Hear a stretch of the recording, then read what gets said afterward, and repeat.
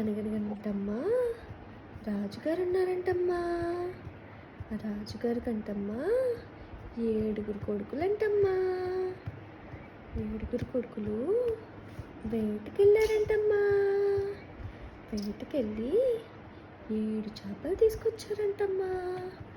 7 చేపల్ని ఎండబెట్టారంటమ్మా.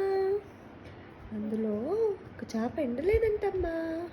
అయితే చేపని ఇలా అడిగారంటమ్మా, చేప ఎందుకు ఎండలేదు అంటే ప్రభు హే హరి రామ కృష్ణ జగన్నాథ్ అంటమ్మా.